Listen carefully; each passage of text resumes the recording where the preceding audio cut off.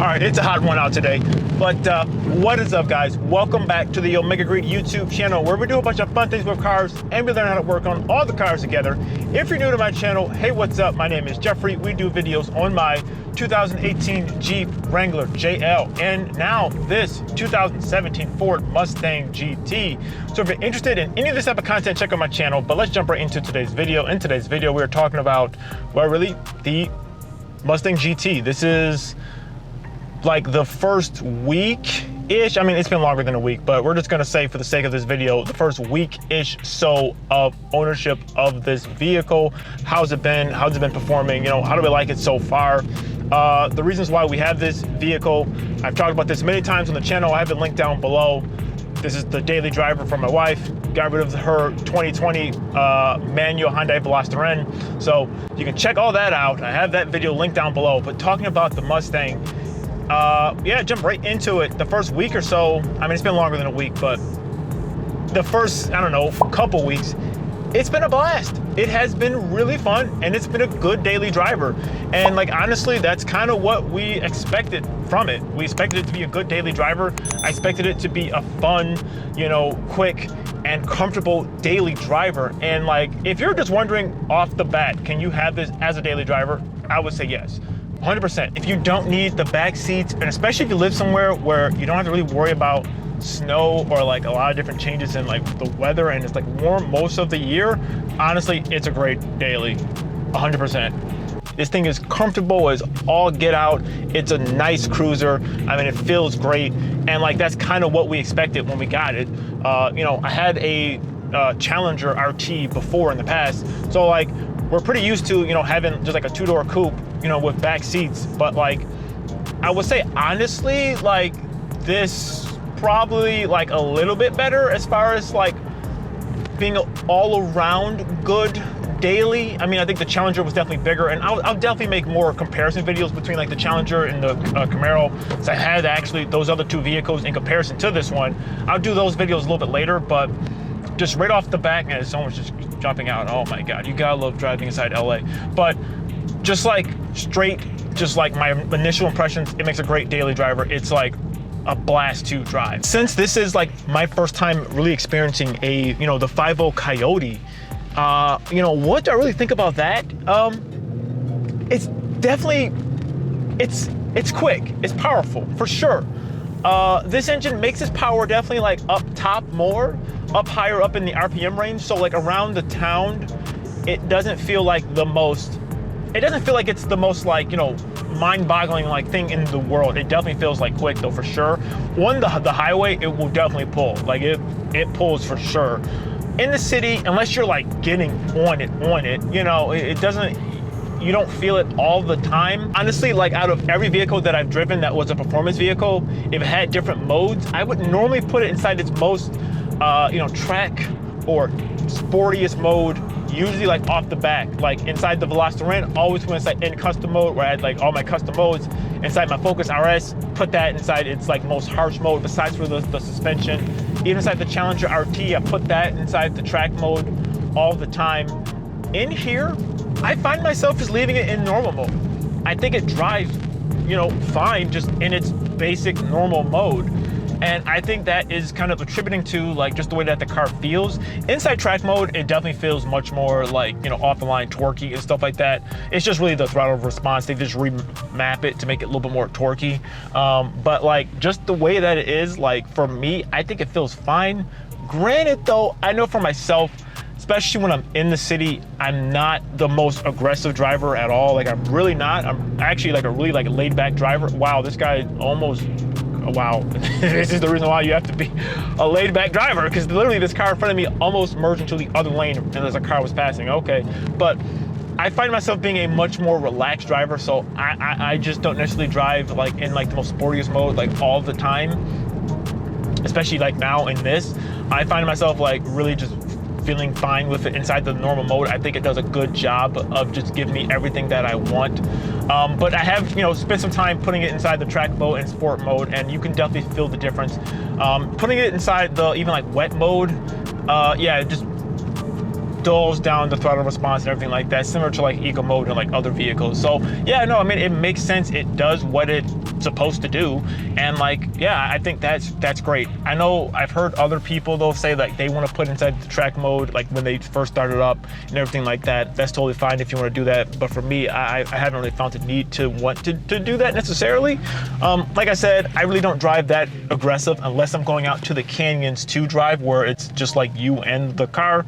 I don't know, for me, I feel like just driving aggressively like in the city or on the highway, you're just really putting not just your life, but like other people's lives at risk. And that, to me, that's not necessarily skill. Actually going out to the canyons where there actually is like skill involved, that's much more of the driving that I personally enjoy doing.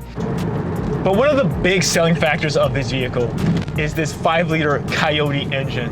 And I have said this before, even when I had the Challenger, I have always honestly liked the way that the Coyote has sounded over the Hemi, over the Scat Pack, over, you know, the Camaro LS engine. I've always found that I thought that the Coyote sounded better.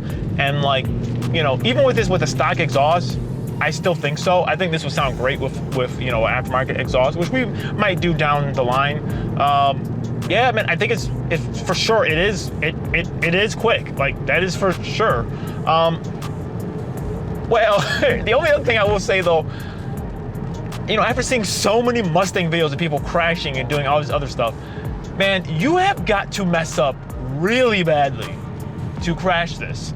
Like, really, really badly. Like you have had to like never driven anything like remotely quick. You know, then maybe I can see like, okay, maybe you'll let the tail end get loose. But this car right now has just these stock, these are like skinny tires on here, which are gonna get replaced soon. These are 235s. And like, even with me trying to like step out slightly, it's like hard, you know, even with traction control off and it's like track mode. Like, so I'm saying like, you have got to mess up really, really badly to like crash into a crowd. You know, I don't know. So, I mean, but I can definitely see the stigma why people would do it. You know, especially if you do jump in here and like yeah, if you were to just jump aside like this and like just floor it, you know, and just completely just like lose it, like, yeah, that can happen. But I feel like you would have to mess up really, really bad for that to happen. But I mean, no, it does happen. I mean, you know, heck, even those experienced drivers in any type of situation, stuff, it does happen though.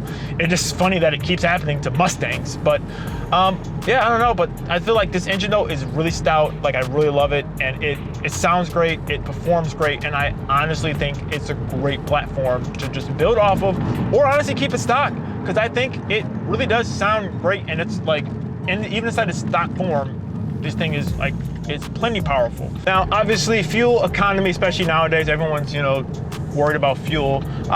You know, in the city it's not great, but like right now it's averaging 18.9. That's a mix of city and highway, so that's not bad, honestly, like at all. I think when I had my Challenger, I was getting like, I think it was like 20 combined. So it's like not, I like, honestly, this isn't that bad really. But when you're just in the city, for sure, it is like worse for sure. But like just driving like combined, it's not too bad. We'll say one of the big reasons why I think we wanted to get this as a daily, just because I feel like it has a nice compromise of just materials inside, like the things that you physically touch with your hands and everything like that. So this is a premium package one.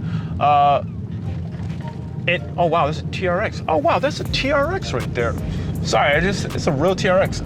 I don't know if I've ever actually like really seen one out just parked on this random street. But anyways, yeah, I think the materials that are in here are actually like really nice. So like getting in and out of this thing, like the leather seats, has the heated and cooled seats, the premium stereo and everything like that. Everything feels actually like really nice. And that's a big factor. And like, you want something that's going to be a daily, you want it to feel nice, like when you get inside of the vehicle. And I for sure say like this thing does feel like that. Also, just the fact that it does have a little bit more road presence. The Veloster was a great, quick car, but I felt like in some instances it didn't really have quite the road presence, especially like out on like the highway and stuff like that. This for sure has that. And then lastly, this transmission. So this is a pre-10-speed transmission, and The 10-speed for sure would make this car even quicker, but I still feel like it's fine for what it is. It does have the power shifters. They are fairly responsive. They're not like the most responsive thing in the world, but they do work. I mean, but for the daily, you know, just keep it inside the automatic or put it in sport mode, or if you put it inside track mode, it does shift more aggressively.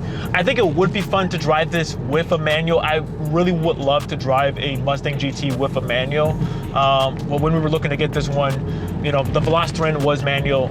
So it wasn't really like the biggest factor. Like, dude, we had to get a manual. It was just like, you know, what was the best option, the best price when we were looking for vehicles, which I talked about that inside the last video, so I'll have that link down below.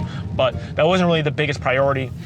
But honestly, this transmission I think is fine. Even though the manuals I know inside this generation, they're not the strongest inside of these Mustangs, and they don't hold a ton of power. So honestly, this automatic is totally fine. I want to say lastly, now this one kind of pertains to this Mustang in particular. This is a convertible, which, you know, back and forth of did you want to get the convertible, did you not? You know, this is a daily. This is, you know, meant to be like a great fun daily. Having the convertible is honestly like really fun, because a lot of times we do like night cruises and stuff like that. You can pop the top down, call it PCH, go out and just like drive, and having the top down is really nice. And because one of the other vehicles, wow, that's a right-hand drive R30 something. You know, a whole bunch of cars out here. I don't know what that was actually. Anyways, but top down is such a great option to have, you know, especially for a daily. And like, because we were looking at other vehicles, and even looking at getting a Miata, and really when you start thinking about it, of like, oh, this is just like a big Miata. It makes sense. It doesn't feel that like out of the ordinary for it to be a convertible.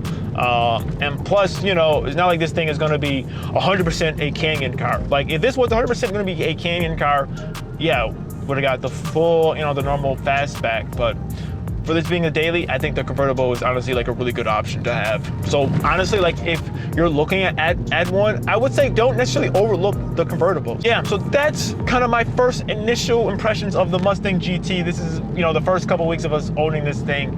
It's been a great daily so far. I'm really excited to get more seat time in this thing and really fill out this chassis, go out inside the Canyon, see what this thing does, really see, you know, what's it like to really like own this thing and start doing more modifications to it. This is definitely going to be doing, we're definitely doing more and more modifications to this vehicle. But if you guys want to see the video where we purchased this Mustang GT, you can check this video out right here. Subscribe for more, and we'll see you guys in the next video. See you guys.